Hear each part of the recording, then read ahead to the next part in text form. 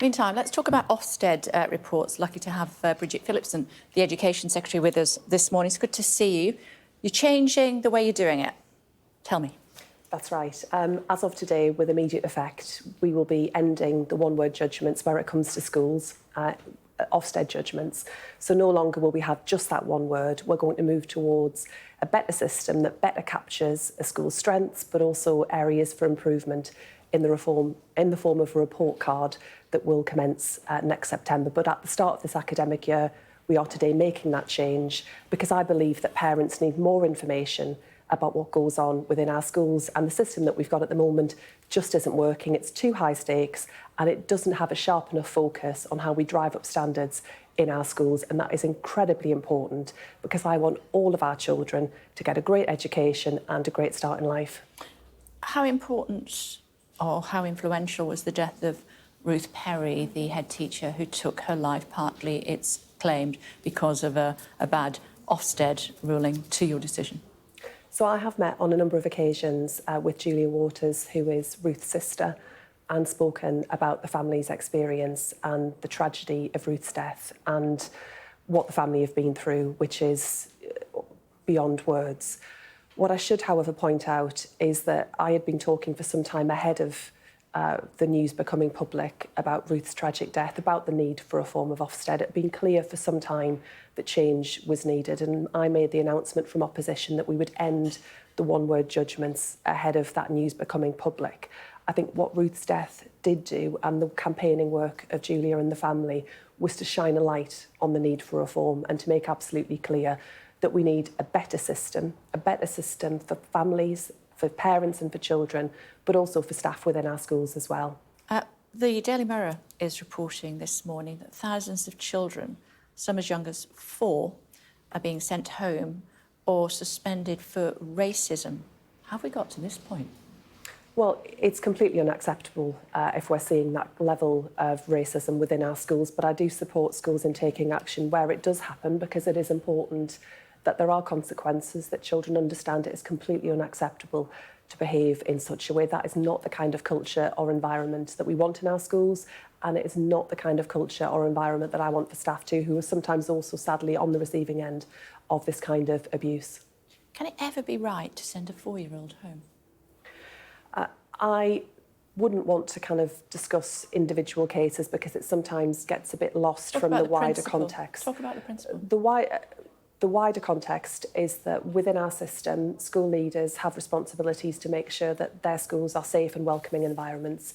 That will be a last resort where it comes to sending children home, excluding children either temporarily or permanently. Little more than toddlers at 4, though, aren't they? You can't send 4-year-olds home from school. I mean, that would be an exceptional circumstance. We're usually talking about older children here, but alongside that, in addition to a sanction, you would of course expect schools to be working with parents so that children understand that racism has no place within our schools and is completely unacceptable. The sanction is important so that there are consequences, but there has to be a process by which there is understanding about why that kind of behaviour, racist language or behaviour, creates a climate that is not something that any of us would want to see. Yeah, but we can both accept that sending 4-year-olds home is just not acceptable. Well, it's certainly not what I would expect to be happening regularly. That would be quite an exceptional event. Well, as I say, I think it is important that school leaders retain the discretion to take action where unacceptable behaviour takes place. But we are usually talking about older children here. This should always be a last resort. But we cannot tolerate violence, racism, unacceptable behaviour within our schools. And there will have to be consequences and sanctions if it goes beyond a certain point. That should be a last resort, absolutely. But if things are allowed to drift along consequence or sanction free, then sadly what we'll often see out in the world as well as within schools is an escalation, and we don't want an escalation or a culture where people think that kind of behaviour is acceptable. These kids are parroting what they've heard at home, according to the Runnymede Trust, who came up with this report. Also blaming politicians for normalising bigotry. Do you recognise those allegations? All of us have a responsibility, including politicians, in being careful and thoughtful in our choice of language. But there can be no excuse for racism in schools, in our society or anywhere else. No, I'm talking about whether the these kids are being influenced according to the Runnymede Trust. They say politicians normalising bigotry. I'm asking whether you recognise that. I think there has been a coarsening of the political discourse in recent years. I think sometimes we've ended up in a situation where we don't recognise our common humanity, and all of us as politicians have got a responsibility to choose our words carefully. That's something I always seek to do. It's something I would encourage all politicians across the political divide to do. You acknowledge that some of them don't, though? Sadly, yes, absolutely. But what we're talking about here, I think, would go beyond some of that. And certainly some of the examples that I've heard where it comes to the use of language or violence within schools, it's rare, but it happens, and that's completely unacceptable. It's almost that time, the budget fast approaching. You won't be increasing national insurance, VAT or income tax. Can you confirm that the 20% tax on schools will be in the budget? Yes, we've announced and been absolutely clear for many years now that we intend to levy VAT on private school fees, and that's because we want to drive up standards within our state schools and recruit more teachers. And that money will go directly into helping state schools? We will use that money to invest in our schools. We will use that money to invest within our schools. So not every penny of it, then? We've already done more in terms of the pay award for our teachers to make sure that we're recognising their work, honouring the commitment around the independent peer review body. But yes, the money that we will be raising by ending tax breaks that private schools enjoy, we will be investing in our public services. All of it? We will put it into, absolutely, we'll be putting it into our public services. Public services, not just schools? Well, it applies to where we'd intended to fund various provision was, for example, around mental health support for our young people as well, which would be both within schools and beyond, because we know that that's a really big challenge at the moment too. How do you feel about dynamic ticket pricing?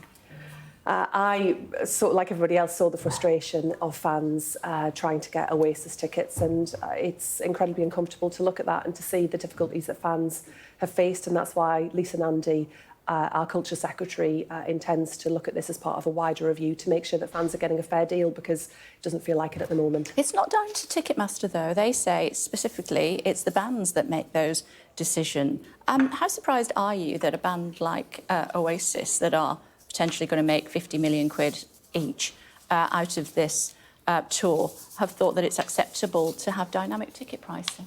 I think working class lads from Manchester.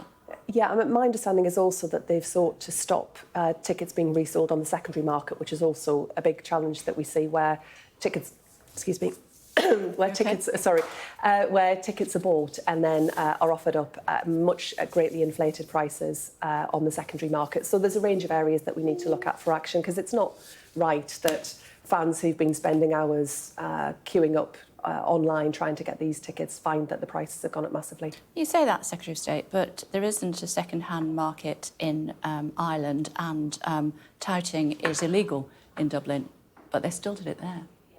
Yeah, this is why, as Lisa Nandy said... That's down to the band.